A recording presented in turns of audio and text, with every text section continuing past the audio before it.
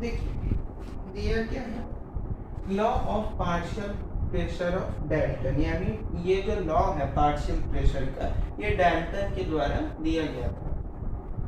इसमें होता क्या है, जैसे मान लो बहुत सारी गैसेस हैं, जैसे हाइड्रोजन है, कोई एक चैम्बर ले लिए या कोई भी, ये मान लो कोई एक चैम्बर है जिसमें हम लोग हाइड्रोजन, ऑक्सीजन और नाइट्रोजन तीनों गैस ले लिए, कोई भी गैस ले सकते हो। तो ये तीनों गैसेस इस चैम्बर में कुछ प्रेशर एग्जर्ट कर रही होंगी, कुछ अपना अपना प्रेशर जो है वो दे रहे होंगे।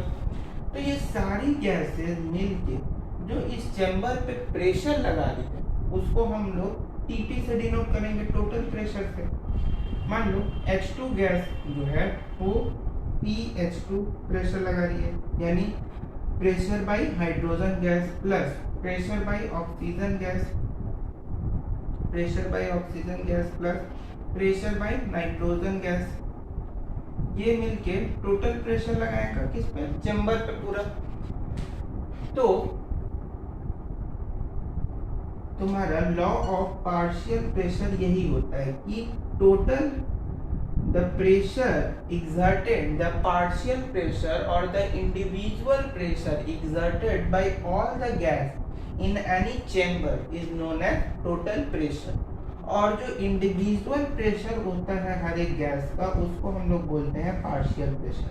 जैसे हाइड्रोजन जो प्रेशर लगा रहा होगा वो उसका इंडिविजुअल प्रेशर होगा, तो उसका वो पार्शियल प्रेशर होगा, यानी इंडिविजुअल, एक इंडिविजुअल मतलब क्या होता है, अकेला एक, तो उसी को हम लोग बोलते हैं पार्शियल प्रेशर।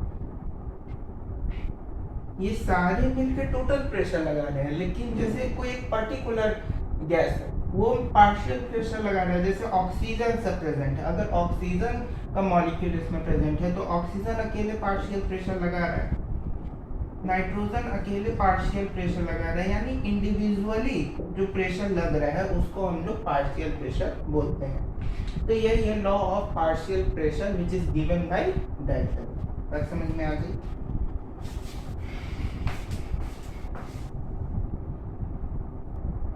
अब देखते हैं लॉ ऑफ मल्टीपल प्रोपोर्शन, जो कि डाल्टन के द्वारा दिया गया था। इसको डाल्टन मल्टीपल प्रोपोर्शनल लॉ भी बोलते हैं। जैसे इसमें होता क्या है कि दो एलिमेंट है, जैसे दो एलिमेंट्स हैं, दो एलिमेंट से एक से ज्यादा कंपाउंड बने, मतलब जैसे A प्लस बी, हम लोग A प्लस बी और A है B है और मान लो बीच में कोई कंपाउंड C है, तो A और C रिएक्ट किया, क्या बना दिया AC। उसी तरह से B और C रिएक्ट किया तो क्या बना दिया BC, यानी मोर देन वन कंपाउंड, मोर देन वन कंपाउंड, मोर देन वन कंपाउंड बनाया। उसी तरह से जैसे हाइड्रोजन है और ऑक्सीजन है, ये मिलके वाटर मिला है, H2O यानी वाटर, और H2O2 होता है हाइड्रोजन पेरोक्साइड, हाइड्रोजन पेरोक्साइड। अब इसमें देखो मल्टीपल प्रोपोर्शन का मतलब होता है कि when fixed mass of element combine with other element of different mass to form more than one compound, to form more than one compound in which the mass of other element bear the simple multiple in whole number। इसका मतलब क्या हुआ, जैसे इसको simple ऐसे समझो, जैसे यहाँ पे दो कंपाउंड बना, अब दोनों कंपाउंड में देखोगे तो हाइड्रोजन का मास फिक्स है, हाइड्रोजन का मास फिक्स है, यहाँ पे भी दो हाइड्रोजन है, यहाँ पे भी दो हाइड्रोजन है, लेकिन ऑक्सीजन जो है उसका मास डिफर कर रहा है other element. Mass of first element क्या है, फिक्स्ड है, लेकिन मास ऑफ अदर एलिमेंट क्या कर रहा है, डिफरेंट मास है उसका, वैरी कर रहा है, और इसी से मिलकर दो कंपाउंड बन रहा है एक एलिमेंट।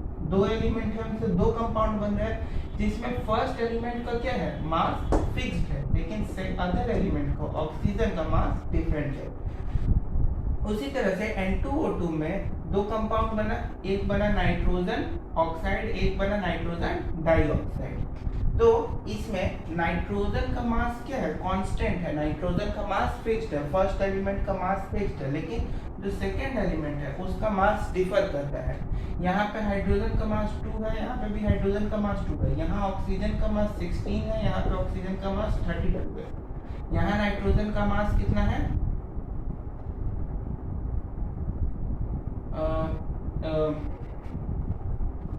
15, और यहाँ पे भी नाइट्रोजन का मास 15 है, लेकिन यहाँ ऑक्सीजन का मास 16 है, यहाँ पे ऑक्सीजन का मास 32 है, 2 ऑक्सीजन है, यहाँ 1 ऑक्सीजन है। तो मास ऑफ अदर एलिमेंट क्या होना चाहिए, डिफरेंट करना चाहिए, लेकिन मास ऑफ फर्स्ट एलिमेंट जो है अगर वो कांस्टेंट रहता है, और जो डिफरेंट जो अदर एलिमेंट का जो मास है वो होल नंबर में होना चाहिए, जैसे 16, 32, 48, 52 ऐसे होल नंबर में होना चाहिए। तो वो हम लोग का लॉ ऑफ मल्टीपल प्रोपोर्शन के अंदर आता है, और इसी को हम लोग डाल्टन मल्टीपल प्रोपोर्शन लॉ भी बोलते हैं। बात समझ में आ गई? जैसे एक और एग्जांपल से बता देते हैं, जैसे सल्फर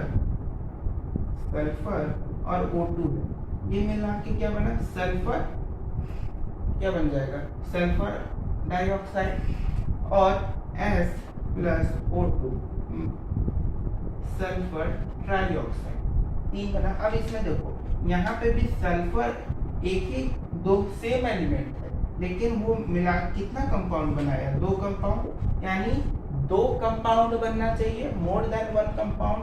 पहले एलिमेंट जो बने उसका पहले एलिमेंट का मास क्या होना चाहिए, सेम होना चाहिए। यहाँ देखो सल्फर का मास सेम है, लेकिन ऑक्सीजन का मास क्या है, डिफर कर रहा है, यहाँ 2 ऑक्सीजन है, यहाँ 3 ऑक्सीजन है। तो ऑक्सीजन दूसरे एलिमेंट अदर एलिमेंट का मास डिफर करना चाहिए, फर्स्ट एलिमेंट का मास फिक्स्ड होना चाहिए, और मोर देन 1 कंपाउंड बनना चाहिए।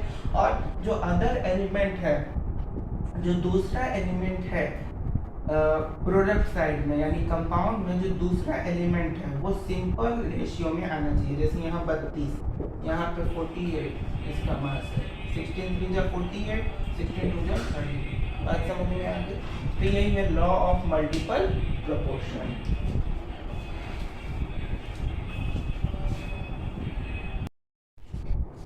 एक चीज छोटा सा देखते हैं कि GFM यानी gram formula mass, GAM gram atomic mass, और GMM ग्राम मॉलिक्यूलर मास क्या होता है। अब फॉर्मूला मास में हम छोटा सा चीज बताए थे कि आयनिक मॉलिक्यूल के अंदर जो एटम्स होते हैं उनके एटॉमिक मास को क्या बोलते हैं हम लोग, फॉर्मूला मास। तो उसी आयनिक मॉलिक्यूल को हम लोग ऐसे लिखते हैं, जैसे सोडियम क्लोराइड आयनिक मॉलिक्यूल, इसका मास जो है 58.5 U यूनिफाइड मास होगा। बस इस 58.5 U में U की जगह बस G लिख देंगे, तो ये तुम्हारा ग्राम फॉर्मूला मास हो गया। क्या हो गया, ग्राम फॉर्मूला मास। उसी तरह से ग्राम एटॉमिक मास क्या होता है, ग्राम एटॉमिक मास का मतलब होता है एटम्स के जो मास है उनको ग्राम में रिप्लेस कर देना। जैसे कि सोडियम है, इसका 23 U है, इसको अगर हम लोग 23 ग्राम लिखते हैं तो ये ग्राम एटॉमिक मास। 32 U को 32 बस ग्राम अगर लगा दे तो ये ग्राम एटॉमिक मास। कॉपर का 63.5 U एटॉमिक मास होता है, इसको अगर हम लोग ग्राम में कन्वर्ट कर दे 63.5 ग्राम, तो ये तुम्हारा ग्राम एटॉमिक मास होता है। समझ गए? ग्राम मॉलिक्यूलर मास क्या होता है, जैसे यहाँ लिखा है फॉस्फोरिक पेंटाक्लोराइड। अब फॉस्फोरस का होता है 31 U, और क्लोरीन का होता है 35.5 इंटू 5 टाइम्स होगा क्योंकि 5। अब इसको करो तो 31 U प्लस इसको करेंगे तो 5 × 25 को 5 2 5 17 + 7 17.75 U। अब इसको जोड़ दोगे तो तुम्हारा आ जाएगा 208.5 U। ये तुम्हारा क्या निकला, unified molecular mass. Unified molecular mass, बस इसी को हम लोग क्या करेंगे 208.5 ग्राम कर दें तो ये तुम्हारा क्या हो जाएगा, ग्राम मॉलिक्यूलर मास। बात समझ में? चलिए तो अब हम लोग ये यूसेफ लॉ को समझते हैं कि ये क्या होता है। जैसे कोई भी रिएक्शन लिखा हुआ है H2 plus O2 तो ये 2H2O1 2H2, इसमें हाइड्रोजन कितना मोल है? 2 मोल, 2 मोल है ना हाइड्रोजन का। हाइड्रोजन कितना है? 2 मोल। वाटर कितना है? वाटर भी कितना है? 2 मोल। ऑक्सीजन कितना है? 1 मोल। तो इसका सिंपल रेशियो क्या होगा? 2:1। सिंपल रेशियो क्या होगा? 2:1। उसी तरह से CO2 है, इसका सिंपल रेशियो क्या होगा? 1:2। कार्बन मोनोऑक्साइड है, इसका सिंपल रेशियो क्या होगा? 1:1 का। सल्फर डाइऑक्साइड है तो इसका सिंपल रेशियो 1:2। सल्फर ट्राइऑक्साइड है SO3, इसका सिंपल रेशियो 1:3 का होगा ना। तो यही है बस गेल यूसेफ लॉ, यानी कि किसी भी फिक्स टेम्परेचर पे, प्रेशर पे या गैस पे जब वॉल्यूम जो होता है वो सिंपल रेशियो में हो, किसी भी फिक्स टेम्परेचर प्रेशर में गैसेस जो है उनका वॉल्यूम जो हो फिक्स्ड हो, वॉल्यूम जो हो फिक्स नहीं मतलब सिंपल रेशियो में हो, सिंपल होल नंबर के रेशियो में हो, तो उसी को हम लोग गेल यूसेफ लॉ बोलते हैं। जैसे सल्फर डाइऑक्साइड एक गैस है, इसका सिंपल रेशियो क्या है? सल्फर 1 ऑक्सीजन 2 1:2 का। कार्बन ऑक्साइड में कार्बन 1 ऑक्सीजन 1 तो 1:1 का। सल्फर ट्राइऑक्साइड में सल्फर 1 ऑक्सीजन 3 तो 1:3 का रेशियो हो गया। तो यही तुम्हारा क्या है? गेल यूसेफ लॉ। बात समझ में आए? इसका स्टेटमेंट क्या होगा? At fixed temperature and pressure gases reacts, then volume in was in simple whole ratio। बात समझ में आ गई? तो ये था गेल यूसेफ लॉ। इसके बाद है हम लोग का एवोगैड्रो लॉ।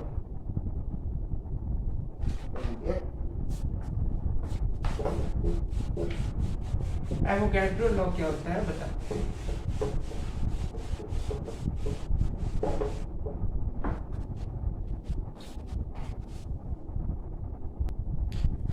अब देखते हैं एवोगैड्रो लॉ क्या होता है। एलिमेंट से एटम बना, एटम से मॉलिक्यूल बना, ये सब हम लोग जानते हैं। एटम क्या होता है? Tiny particle of an compound, और मॉलिक्यूल्स क्या होता है? Group of atoms of an element combined in the fixed ratio with chemical bond to form molecules. ये भी हम लोग जानते हैं। एटम्स को हम लोग नेक्ड ऐसा सी नहीं कर सकते हैं, मॉलिक्यूल्स को जो है माइक्रोस्कोप के द्वारा देखा जा सकता है। इसमें ये बात समझने वाली है कि एवोगैड्रो क्या है लॉ, कि किसी भी फिक्स टेम्परेचर पे, प्रेशर पे, किसी भी फिक्स टेम्परेचर या प्रेशर पे equal volume of gas contain equal number of particles, यानी फिक्स टेम्परेचर और प्रेशर पे equal volume of gas contains equal number of particles in a gas. कैसे?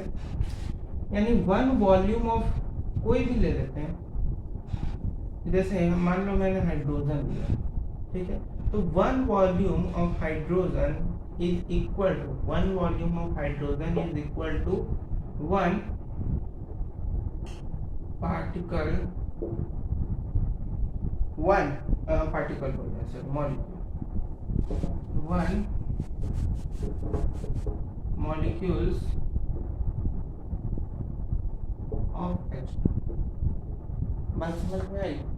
यानी equal volume of gas contain equal number of particle, यानी hydrogen के 1 volume में उसका एक ही मॉलिक्यूल होगा। अगर यहाँ लिखा रहता है 2 volume of H2, 2 volume of H2, तो इसका मतलब होता है 2 molecules of H2।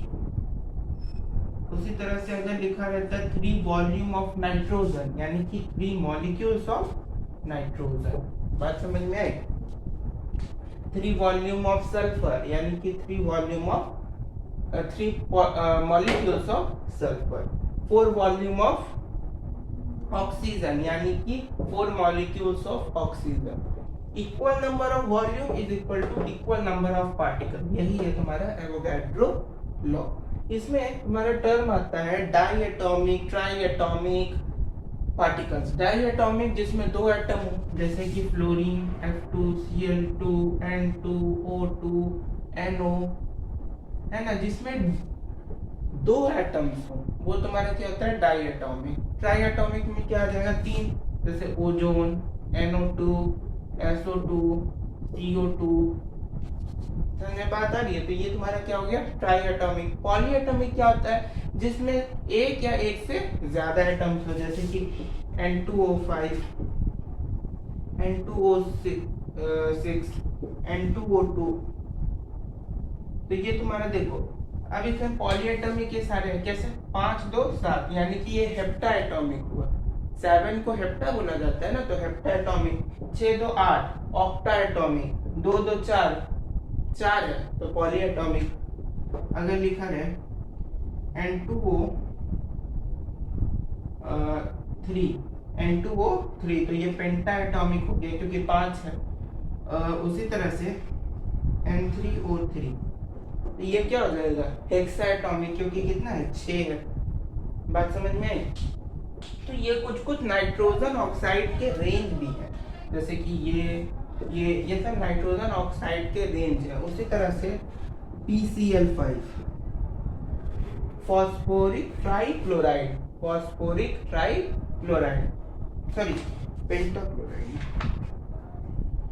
Phosphoric pentachloride, क्योंकि 5 है। उसी तरह से अगर लिखा है जैसे कि NH3, तो इसमें देखते हैं कितना है, 3 है 4 के लिए हम लोग यूज करते हैं व्हाट टेट्रा, तो टेट्रा एटॉमिक हो गया। ये बात समझ में आ गई? अब यहाँ पे एक टर्म आता है फॉर्मूला मास और मॉलिक्यूलर मास में अंतर। मॉलिक्यूलर मास हम लोग जानते हैं कि मॉलिक्यूल के मास को हम लोग मॉलिक्यूलर मास बोलते हैं। फॉर्मूला मास क्या होता है, आयंस में आयनिक मास के अंदर, आयनिक मॉलिक्यूल के अंदर जो एटम्स प्रेजेंट होते हैं उनके एटॉमिक मास के सम को हम लोग फॉर्मूला मास बोलते हैं। आयनिक मॉलिक्यूल के अंदर के जो एटम्स होते हैं उसके एटॉमिक मास के सम को हम लोग फॉर्मूला मास बोलते हैं। जैसे NaHCO3 सोडियम हाइड्रोजन कार्बोनेट, जिसपे Na पे प्लस है, कार्बोनेट पे माइनस चार्ज है, तो ये तुम्हारा एक आयन हुआ। ये तुम्हारा क्या हुआ, एक आयन हुआ। अब इस आयन के अंदर जितने एटम्स प्रेजेंट हैं, जैसे कि सोडियम, हाइड्रोजन, कार्बन, ऑक्सीजन, तो सोडियम का मास कितना 23, हाइड्रोजन का 1, कार्बन का 12, ऑक्सीजन का 16 दिया 48। इन सारे मास के सम को अगर हम लोग जोड़ दें 3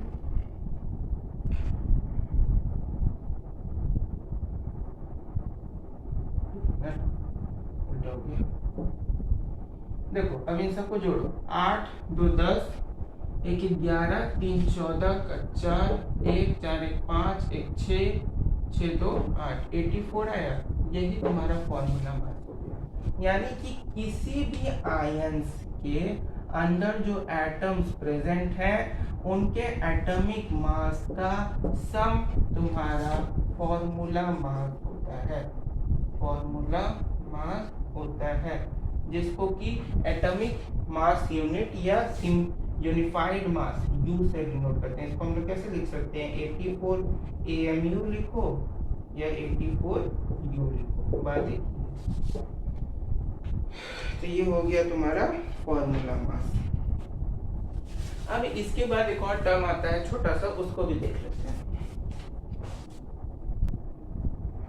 अब हम लोग जानते हैं स्टैचियोमेट्री एंड स्टैचियोमेट्री कैलकुलेशंस। स्टैचियोमेट्री क्या होता है? स्टैचियोमेट्री जो होता है ना, एक वर्ड होता है जो कि हम लोग यूज करते हैं एलिमेंट्स के लिए। किसके लिए? एलिमेंट्स के लिए। इसको ऐसे समझो कि कोई भी केमिकल इक्वेशन हम लोग लिखते हैं तो उसको लिखते इसलिए हैं कि हम लोग को वो इजीली हम लोग को समझ में आए, और बैलेंस उसको क्यों करते हैं, ताकि law of conservation of mass को फुलफिल कर सके, यानी जितना एटम्स जो है प्रोडक्ट रिएक्टेंट साइड में है उतना ही प्रोडक्ट साइड में भी रहे। तो स्टैचियोमेट्री क्या होता है कि जैसे पहले बताया कि एलिमेंट्स के लिए यूज करते हैं। जैसे लिखा है यहाँ पे ये क्या है, methane plus oxygen, methane oxygen दोनों बर्न हुआ और CO2 और H2O लिखा। अब इसी को, ये जो इक्वेशन लिखा हुआ है, इसी को रिटन फॉर्म में लिखना ही तुम्हारा स्टैचियोमेट्री कैलकुलेशन होता है। मतलब 1 mole of methane gas burn, जो साइन है ट्रायंगल का बर्न का होता है, 1 mole of methane gas burn in the presence of 2 mole of oxygen gas. यहाँ ऑक्सीजन 2 मोल है, मीथेन 1 मोल है, कार्बन डाइऑक्साइड 1 मोल है, ऑक्सीजन वाटर 2 मोल है। तो 1 mole of methane gas burn in the presence of 2 mole of oxygen to form 1 mole of carbon dioxide and 2 mole of water. इसी को हम लोग जो लिखते हैं, ये तो तुम्हारा बोल दिए, इसी को हम लोग स्टैचियोमेट्रिक कैलकुलेशन बोलते हैं, जिसको सिंपल लिख सकते हैं 1:2:1:2, यानी 1 mole of methane gas burn with 2 mole of oxygen to form 1 mole of carbon dioxide and 2 mole of water। उसी तरह से जैसे यहाँ पे नाइट्रोजन 1 है, हाइड्रोजन भी नहीं इतना। अब इसका जैसे समझ में आया ना, इसका तो ये हो गया, इसका क्या होगा, इसका लिखेंगे 1:3:2, यानी 1 mole of nitrogen reacts with 3 mole of hydrogen to form 2 mole of ammonia. इसको ऐसे राइट टाइम करेंगे, बोलेंगे कैसे, बोलना सीखो, बोलेंगे कैसे, 1 mole of nitrogen reacts with या combine with 3 mole of hydrogen to form 2 mole of ammonia. ये बोलेंगे कैसे, और रिटन फॉर्म कैसे हो गया, 1:3:2, यानी जितना मोल होगा उसी को बस इस 2 में लिख देना है। जितना मोल 1:2:1:2, 1:2:1:2, 1:3:2, 1:3:2। अब उसी तरह से इसको कैसे बोलेंगे, 2 mole of lead nitrate burns to form 2 mole of lead oxide, 4 mole of nitrogen dioxide and 1 mole of oxygen। इसको लिखेंगे 2:2:4:1। बात समझ में आ गई? तो यही था तुम्हारा स्टैचियोमेट्री और स्टैचियोमेट्री कैलकुलेशन, और आपका चैप्टर यहीं पे खत्म। Thank you.